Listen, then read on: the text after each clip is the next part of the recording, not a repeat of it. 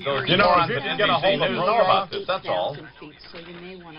But I'm not interested in him blowing me off.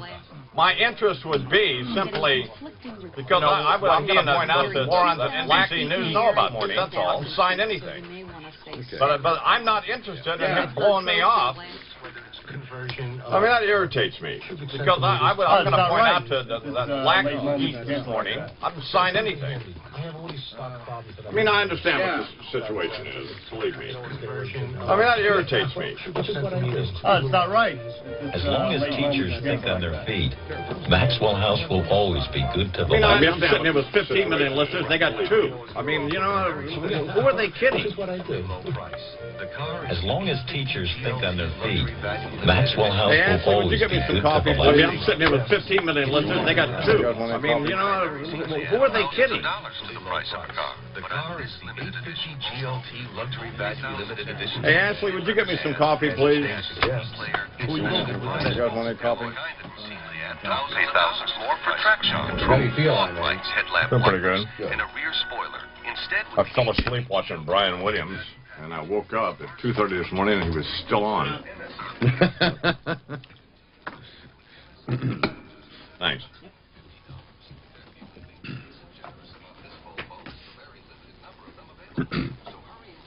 And test drive one before they disappear, along with all the savings they offer. Drive safely. Hi, I'm Imus in the morning. It's 5 minutes past the hour, and we are live in New York and also on C-SPAN 1 this morning, which, in light of this hideous, horrible tragedy here in New York, not only has obviously it affected this area of the country, so obviously America and the entire world, but so I first tried to cancel this C-SPAN coverage, and then because I didn't know whether it's appropriate or not, because we were going to do what we ordinarily do on this program, which, you know, is fairly reprehensible. Right. So we've canceled all of that, and we'll, and, you know, you'll get coverage of this thing everywhere. So we had already scheduled Tom Brokaw, and Mr. Brokaw apparently, I had a note on my office door this morning that he had canceled, but I think that somebody over there at NBC News better rethink that. Probably so. Thanks a lot. Yeah. And it's not helpful. It's not helpful when I've just made this deal with MSNBC. How is that helpful? No, it's not helpful. Not at all. But also scheduled to appear this morning, Senator Christopher Dodd, and it'll be interesting to get his thoughts on all of this. Sure. And a little later this morning, we'll talk with Mary Matlin about whatever. And in the meantime, we'll perhaps talk to the mayor of New York City, Rudy Giuliani, and some other people.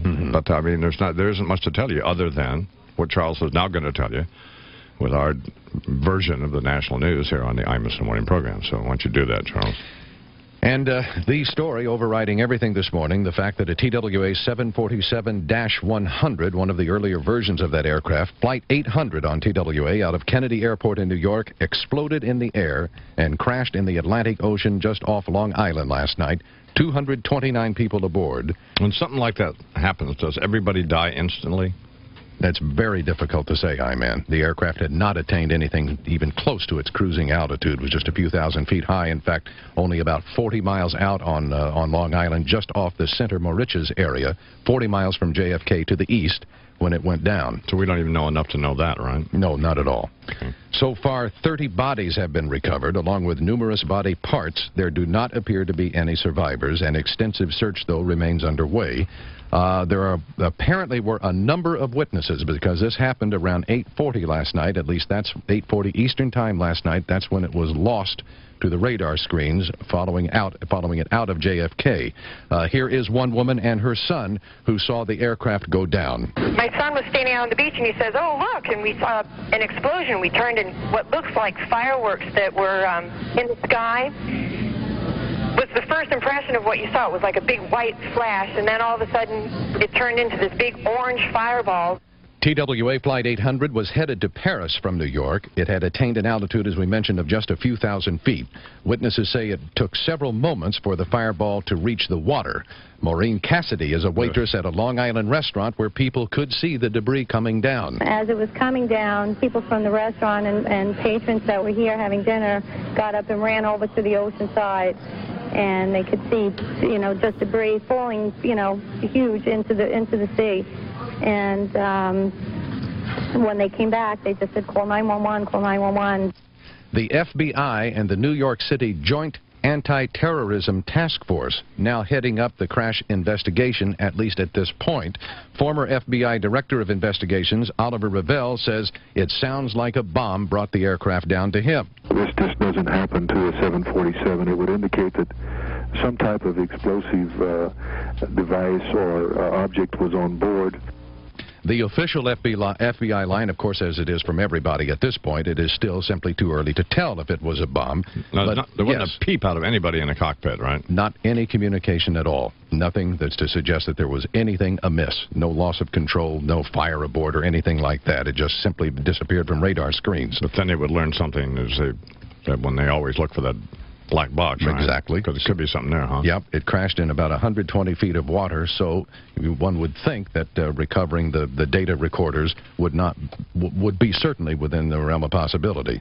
The word from Jim Margolin, a joint FBI and New York Terrorism Task Force spokesman, National Transportation Safety Board Chairman Jim Hall on this, on speculation about the cause of the disaster. I think it is in many ways irresponsible in light of the little facts that we presently have to speculate about the cause of this accident.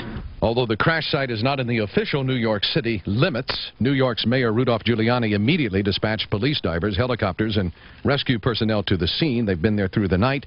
He himself has been shuttling back and forth from Kennedy Airport and a nearby hotel where the relatives of victims have been gathering, going out to the Long Island crash site. We will try to do everything that we can to help the families deal with what's going to be a very, very difficult night and a very difficult morning. TWA, meantime, reminding that its security had been quite tight and continues to be in view, of course, of the Olympics opening tomorrow. All of that heightened security across the country at airports. Here's TWA Airline Vice President Mike Kelly. The FAA mandates the security levels, and TWA, like other carriers, responds to that security level, whatever it is. I don't particularly want to go into the details right now because that's part of the security program. We follow this security program, and again, I'm not aware of any anomalies in our handling of the security procedures. Airport officials in St. Louis, which is, of course, TWA's home base, have increased security and surveillance there in the wake of the crash. No decision yet from authorities in Atlanta on whether they will be boosting already very tight security for Olympic travelers there. Of course, this hysterical speculation tying it to the Olympics and all of that is just whoever you had on there. I mean, there's no way not to agree with them. I mean, it's just hideously irresponsible. Well, you can't rule out anything, and nor can you rule anything in at this point. I mean, you're right. That's absolutely nuts. But having said that, if y'all sitting down there in Atlanta at the Olympics, man, that's just not. It's very unsettling, certainly. This aircraft, in fact, yesterday had originated in Athens, Greece, flew over here and had been on a 3-hour turnaround and was going back to Charles de Gaulle Airport and then was due to go on to Leonardo da Vinci Airport in Rome. I was watching Brian Williams on MSNBC last night and fell asleep. Yeah. At around 9:30. Yes. And woke up at 2 in the morning and he was still on. And absolutely. I thought initially probably maybe it was a tape replay or something, but it wasn't. No, it wasn't. Why, he did. Did you see any of his coverage? No, I did not, Ugh, marvelous. But he is just terrific. He honestly is. He is about as big time as you can get. Yeah. I mean, we're not rating people's performances covering tragedies. No, but having said that, he handles that kind of thing with a great deal of grace. He does. So, anyway, coming up this morning, we'll talk with Senator Chris Dodd and just whether he knows anything about this or not, but at least get his feelings about this. The senator, the general chairman of the Democratic National Committee, is already scheduled to appear, so we were going to talk about other things, but this is now taking precedence. And also Mary Matlin will be on later this morning, and we had Tom Brokaw scheduled. What do you mean? And my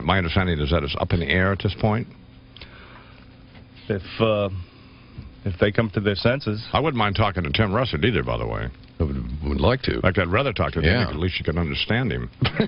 Yeah. I don't think that's necessary. No, it's not. Where are the families of these people? At both airports? At both airports, both at Charles de Gaulle and gathering at places around Kennedy Airport. Well, hideous. Oh, man. The weather around the country is sponsored by the technologically advanced Fujifilm, and buy a copy of USA Today and look at the back of it. And you'll know. You'll know it's going to be 108 in Phoenix, and it'll be, I don't know what it's going to be in Los Angeles or wherever you were listening to this program, but it'll be colder to the north and warmer to the south. Yeah. It's not, we don't have Al Roker here yet. Anyway, Fujifilm sponsors the national weather here in the Imus in the Morning program, and it's coming up on 14 minutes after the hour. Do you feel better, friend? A little bit better. I've been kind of in a haze the last couple of days, but I feel a little better today. Last couple of years. What are you talking about the last couple of days? What? Rich, tell Fred about the new hat idea you have for him. Well, on the way to work, I had an idea for a hat. I thought you need a hat with a big horseshoe print inside of it. Real funny, Rich. If your radio sounds funny in the morning, you're listening to Imus in the morning. Here's the crisis in my life today. I have to go have a driver's license. I have to get my driver's license renewed. Will you be having a picture taken? Yeah, and I've been trying to figure out a way to keep my hair curly and poofy. Did you bring a hairdryer? Bring a mask. No, I didn't. Won't come out on film anyway, don't worry about it. Send a double, Estelle Getty. I'm not doing anything. Imus in the morning. Sports Radio 66, WFAN. Imus in the morning, 2024. This Imus in the Morning Sports Report brought to you by your local Oldsmobile dealer. This is Warner Wolf for Imus in the Morning Sports. What price glory? The word is the Lakers have now offered Shaquille O'Neal up to $140 million over 7 years, an average of $20 million per year. The Lakers supposedly have offered O'Neal $117 million and will push the offer to $140 million by renouncing the rights to Eldon Campbell. Orlando did re-sign Horace Grant for 5 years, an average of only $10 million per year. And just for the record, 23-year-old Juwan Howard became the first $100 million man signing with the Heat for 7 years. American League last night, the Red Sox scored 3 in the bottom of the ninth with 2 outs, beat the Yankees 12-11, after the Yanks had come back after trailing 9-2 in the 7th. With runners at second and third and 2 outs of the ninth, Joe Torre went against the book and gave an intentional walk to Reggie Jefferson, putting the winning run on base. Troy O'Leary then 2-run double tied it. Jeff Fry's single knocked in the winning run. Here was Torre after the game. We were down, 9-2 and seemingly out of the game, especially with only 3 innings to go, and then all of a sudden, we have life and we get a 2-run lead and disappears on us too. Yankees left 14 men on base. Meanwhile, the Orioles with 2 in the bottom of the ninth beat the Jays 11-10. Bobby Bonilla, who leads the league in sacrifice flies, won it with a sacrifice fly, so the Orioles trail by 9. Cal 1 for 12 since his move to third base. Elsewhere in the National League, the Rockies, the hottest team, made it 8 in a row, took over first place by half a game, beat the Giants 4-3. The Giants have now lost 20 of the last 24. After the game, Giants' Bobby Bonds on being swept by the Rockies. They're a good ball club, but I feel bad. It's hard to get swept by this team out here. I don't who they got on their team. That's crazy. Barry Bonds speaking very highly of the Rockies. Say so long to Reds owner Marge Schott. Schott has now been banned from Riverfront Stadium offices, her luxury box, and the field. Good. Despite being ordered to give up her control of the team through 1998, it seems Schott sent a memo to her employees last week saying she planned to stay active in the team operations. NFL, the Jacksonville Jaguars have picked up veteran All-Pro wide receiver Andre Rison, and the Dolphins have signed former Jet tight end Johnny Mitchell. First round of the British Open is underway. The last American to win on this course, Bobby Jones, in 1926. And finally, gold medal winning wrestler Bruce Baumgartner has been chosen to carry the U.S. flag in tomorrow night's opening Olympic ceremonies. For Imus in the Morning Sports, this is Warner Wolf. A couple of other things, man. A barrage of insults in Egyptian newspapers greeting Benjamin Netanyahu as he arrived in Cairo for his first visit to an Arab state as Israel's prime minister. Arabs angered over Netanyahu's hardline stand. Bad news for Bob Dole from the state where he will be nominated as the GOP presidential candidate. A Los Angeles Times survey shows the former Senator Dole trailing President Clinton fully by 27 points among California voters at this stage. Did you see him yesterday in that education speech? Yes, I did. Looks like they jacked him up with about 8 B-12 shots, doesn't it? Yes, he was animated. Because he looked much better, didn't he? Oh, absolutely. He really did. It was a marvelous speech. It's what he's got to do. And I understand now that the senator is not going to talk to annoying reporters who ask questions that are frankly none of their damn business anymore, and he's not going to make any off-the-cuff remarks employing, as Frank Rich suggested on this program yesterday, Mr. Rich writing on the op-ed page of the New York Times. Yeah. Not going to employ the Marion Barry defense that he would set up for these various things. So, oh, that was funny. Mr. Rich's observation, absolutely. Yeah. So, in California, just quickly, 1 in 4 registered Republicans in California said they might vote for Bill Clinton. In fact, they are dismayed, over the way that the Bob Dole campaign has appeared to go to this point. Yeah, but see, it's my contention that nobody's paying attention other than you and me. Yeah. And, Brian Lamb. And, Andy Lack and these people. Because and all of our regulars. Right. Because of it being center summer, as it were. Yeah. Sure. I mean, I'm going to Flagstaff, Arizona tomorrow. I hear you. What do I care? So here's the deal. We're at just a minor loss here this morning because we had planned to conduct a normal Imus Morning program, but I just don't think it's appropriate. That's all. So I decided not to. And I think it was a good decision. So we just canceled all of that. It just would have felt entirely wrong. We canceled my security detail. Right. We canceled Robin of Bartlett. We canceled everything. Yep. So, and we'll talk to whomever we can talk to shed some light on this, though I don't imagine much at this point. No. And anything that happens, obviously, you'll... Well, we'll have it right here. We'll on our computer. So Joe Klein wrote the dreadful novel, Primary Colors, and I don't care. I like Joe Klein. The unreadable. But I don't care what anybody says. This book absolutely was dreadful, and I could not finish it. No. Probably why I wanted to be anonymous. And and they had a press conference yesterday, and old Harold Evans, I believe his name is, over there, Tina Brown's husband over at Random House. Yeah. Tina Brown's husband. That's enough. That's it. Tina's husband. Mr. Tina. Mr. Brown over there on that make-work job of his. Right. There's a quota hire, if there ever was one. Harold Evans, whatever his name is.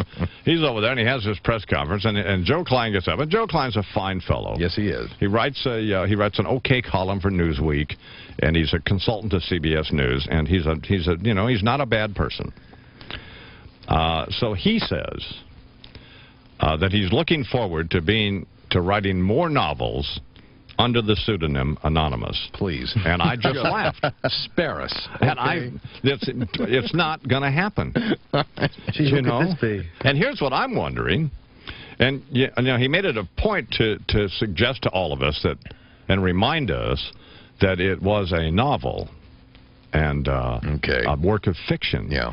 But it was such a thinly veiled account. Roman à clef, as they call them. Yeah. As my friend Lobster Newberg would call it. Right. Of what happened in the '92 campaign, that is jive. You're not going to be able to run by anybody if you're Mr. Klein. So rejected. And all of these accounts of these incidents in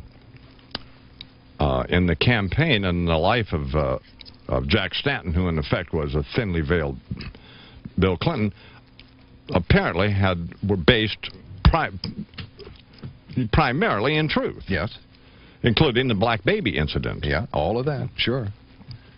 So my question is then how that, and which is why we all found it fascinating, some of us here in New York and Washington few folks in Tucson, Arizona. I mean, I guess there's some of you, but, or, you know, Cincinnati, Ohio. I mean, who cares?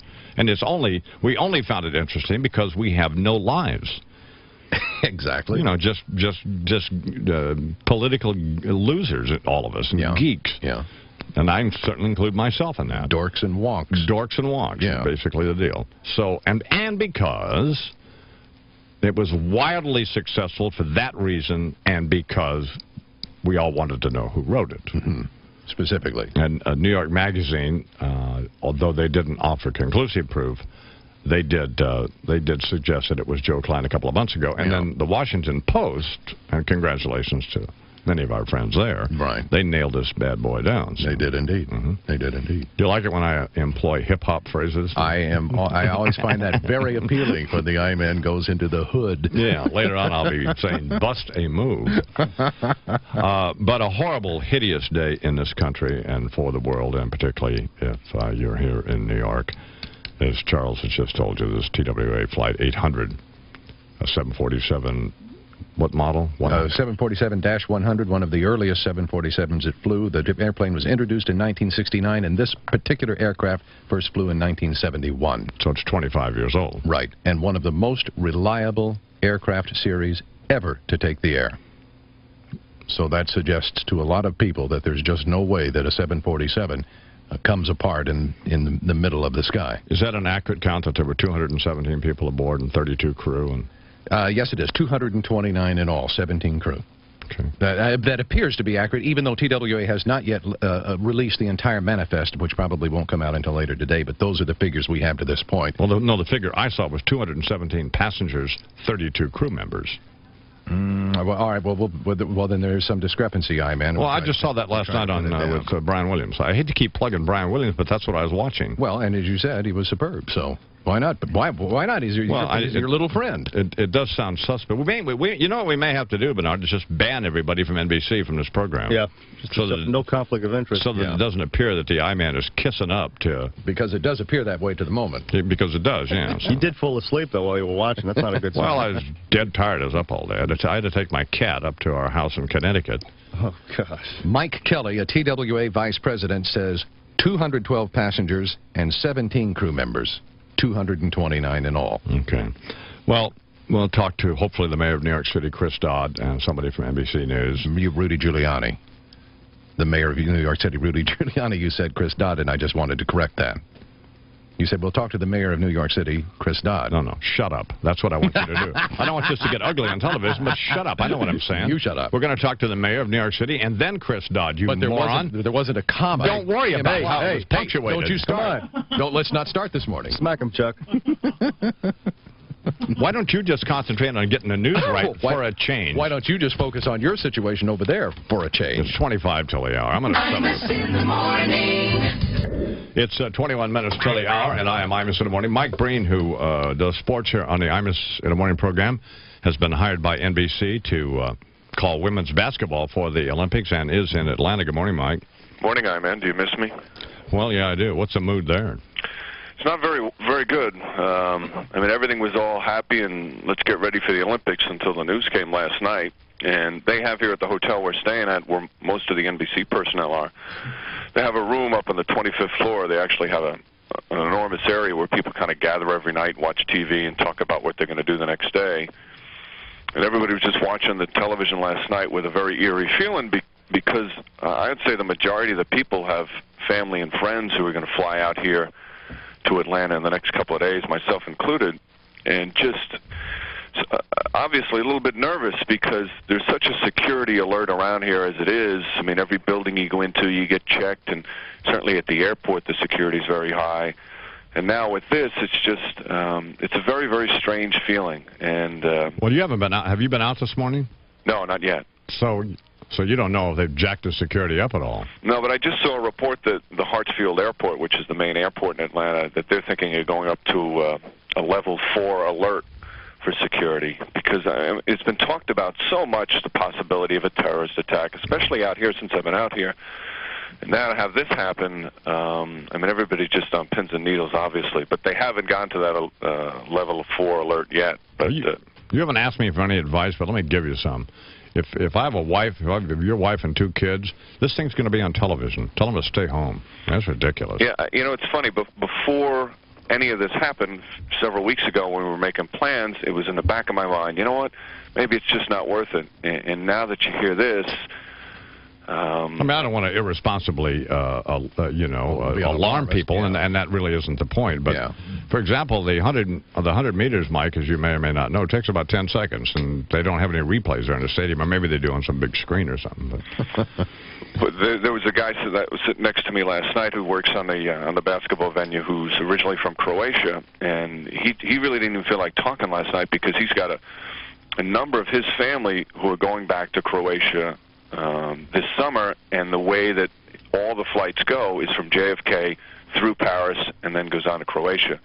So there's just, I mean, a lot of people, everybody has their own different story about in terms of, you know, family flying out, et cetera, et cetera. Some people have to fly back. And are you? You said you're in a hotel. Are you in the Olympic Village now? We're right across the street from it. Okay.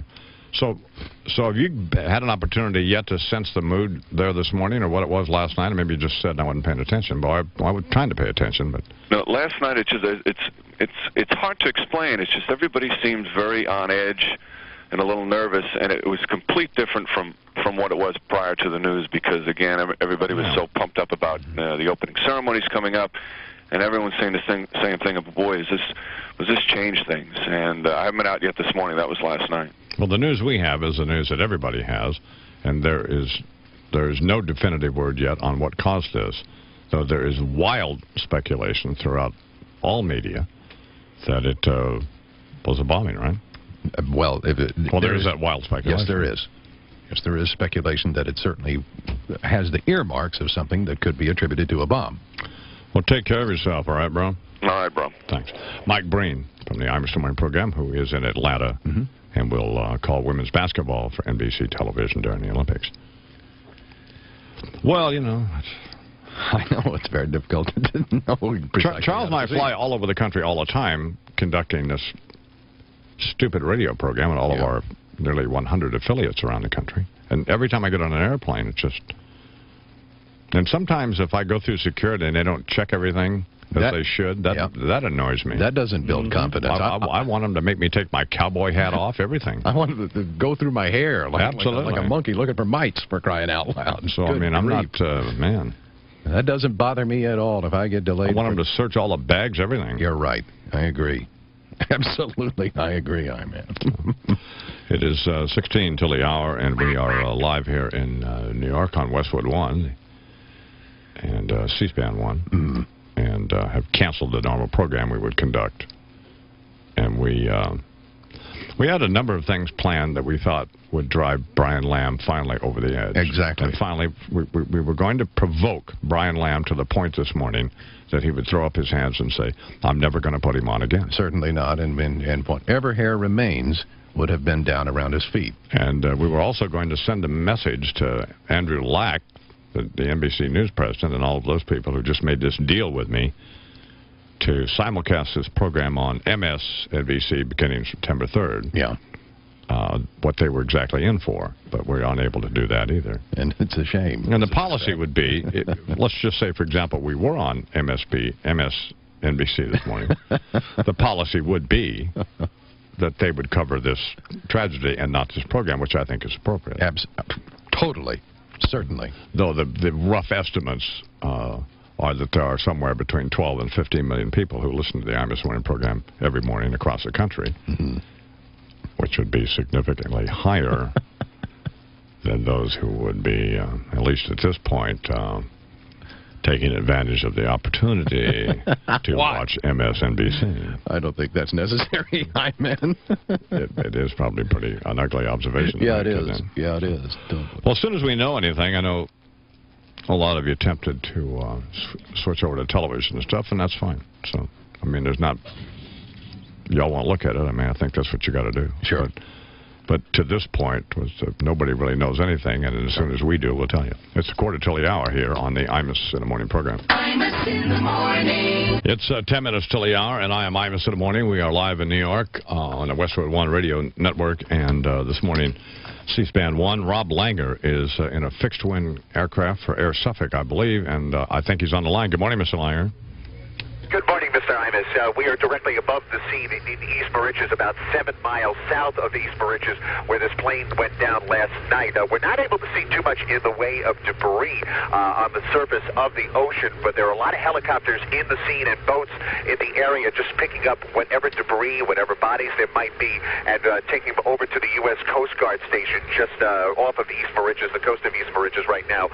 We're able to see some kind of a slick on the top of the ocean, whatever it might have been the jet fuel or oil from the plane from last night, and that's basically all that we can see from above here. The water, when I initially watched it last night, the water was on fire for a long time, so which obviously was that fuel. Are there a lot of planes in the air there? There are about 4 or 5 planes, a couple of helicopters also in the scene circling over it. That's not including the Coast Guard helicopters that keep coming from the Coast Guard base in East Moriches and from the West Hampton National Guard. How far from land is the crash site? It's about 7 miles south of East Moriches. And so, and have they recovered anything yet that you know of? Or? They've been recovering pieces of the plane. From what I understand, they've recovered at least 20 bodies right now, or body parts that might be from the scene, and taken them over to the Coast Guard station at East Hampton. They've also set up a morgue unit over at the West Hampton Air National Guard base. Is there any evidence that they've made that they're making an effort at this point to try to recover the flight recorder and all of that stuff? I'm sure they're trying to do that right now. I think they're mostly concerned now. It's still what they're calling the rescue operation, trying to see if there are any survivors still. They're going to do that until about 8:30, 9 o'clock, and then they'll turn it into the recovery stage of trying to recover whatever bodies there might be. They're going to consider at that point there will be no survivors, and they'll be able to recover the body parts and whatever parts of the plane still might be intact. Well, from looking at it on television and from your vantage point, I mean, does it seem to you that there would be any survivors? Unfortunately, no. It's a sad thing to say, but I really don't see how there can be any survivors. Rob, thank you very much for doing this. I appreciate it. No problem. Rob Langer from Air Suffolk, who is above the crash site off Long Island. This TWA Flight 800 it went down around 8:40 last night with 200-plus people aboard. Right. 229.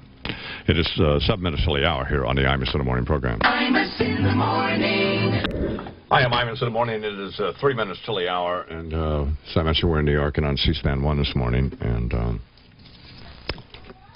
essentially trying as best we can, sitting in a radio studio, not able to see anything, to cover this crash off of Long Island, and Charles will have the local news, and then the national news coming up here in just a couple of minutes and bring you up to speed on all of that. But it is... Giuliani's coming to the phone right now. Oh, okay. Good. He's ready to go. Here now, the mayor of New York City, Rudy Giuliani. Good morning, Mr. Mayor. Good morning, Don. Thank you very much for agreeing to appear on this program this morning in what has got to be one of the most tragic events in the history of New York City. Tell me what you know so far. Well, we arrived here a little after midnight. Oh, actually, about 11 o'clock last night. We've been here all night meeting with the families who arrived and trying to give them information about whether their family members were or were not on the flight. In some cases, we were able to, by getting manifests from other airlines, we were able to help the families and show them that their family members were not on this flight. But in most cases, the names do appear on the manifest, and we have personnel from the police department, the fire department, EMS, trying to help the families, particularly this morning when they may have to go out to Suffolk County to identify the bodies. We also have a lot of New York City Police Department personnel out at the scene, about 40 divers, emergency services personnel, and the director of the Mayor's Office of Emergency Management, who are assisting with the operations that are going on in Suffolk County. Do you know if this flight recorder is maybe too early, but it's been recovered yet, or any of that? I don't know. I think that last night it was very difficult because it was a very dark night, so the efforts last night were extremely difficult. It should get easier now that we have sunlight. Of course, even though this area is not technically within the bounds of New York City, nevertheless, you did provide, well, as you just mentioned, all of these police divers and other equipment and stuff, so that's obviously very helpful. And we brought all of our trauma teams out here to the airport because we knew there would be a lot of family members that would be here. and they've been very helpful. We have chaplains for both the police department and the fire department here, the community assistance unit, and there are a lot of people from TWA, their personnel that are helping. Unfortunately, the upper management of TWA has been non-existent. We've been trying all night, the police commissioner, the executive director, George Marlin of the Port Authority, and I, to get them to verify the manifest list, and they've just refused to do it. And the person in charge, a fellow named Kelly, decided to go home because he needed a little sleep. Meanwhile, the families are left in some doubt about what's going on. I've talked to the CEO of the Port Authority and, of TWA, and so far they still haven't rectified the situation. It's really horrendous the way they're treating the families. You mean, am I hearing this right, that you can't get an accurate account? Yeah, it's about 7-8 hours. We can't get an accurate count. They won't check the tickets against the manifest list. Other airlines have done it for us, and we've been able to find a few people that actually went on other airlines. But TWA's treatment at the very top now, not the personnel. A lot of the personnel are here. They stayed here all night. They actually came in on their day off to help the families here. But the person in charge, a fellow named Kelly, basically just walked out on these families, decided it wasn't important enough to spend the time to go through a verification of the names on the manifest. Is that, Mr. Mayor, is that Mike Kelly, the fellow? Yes, I believe that's the person. Nor would he return the police commissioner's calls, my calls, or George Marlin's calls. Well, I was curious myself why at 8 hours later we were hearing reports that the manifest, in fact, wouldn't be released until still later today. Because the upper management of TWA is unfortunately callous, has no regard at all for these families, and it really is an outrage. I'll be darned. It could be done in like 20 minutes. We got the list, and we've done the best kind of verification we could do. We actually got more cooperation from other airlines. We've looked at the list of people who went on other airlines to Paris, so we're pretty certain that we now have an accurate list. But the police commissioner and I and the Port Authority personnel, who have been terrific, by the way, the Port Authority has been terrific, and the difference is that George Marlin, who's in charge of the Port Authority, stayed here all night, stayed up all night, and Mr. Kelly took off somewhere. We're talking with the mayor of New York City, Rudy Giuliani. I'll let you go, Mr. Mayor. I know you're very busy. Just one question. There's wild speculation that this is some terrorist act. Do you have any information about any of that? I think we shouldn't speculate yet. No. The FBI and the Joint Terrorism Task Force that includes the police department are investigating this, and we should let them develop these facts and not speculate, at least not at this point. So you have no information of any kind? I didn't say that. What I said was we shouldn't speculate. Okay. Mr. Mayor, thank you very much. Thank you very much. Good work, and hang in there. Thank you. Rudy Giuliani, the mayor of New York City, who's been out there since midnight. Yeah.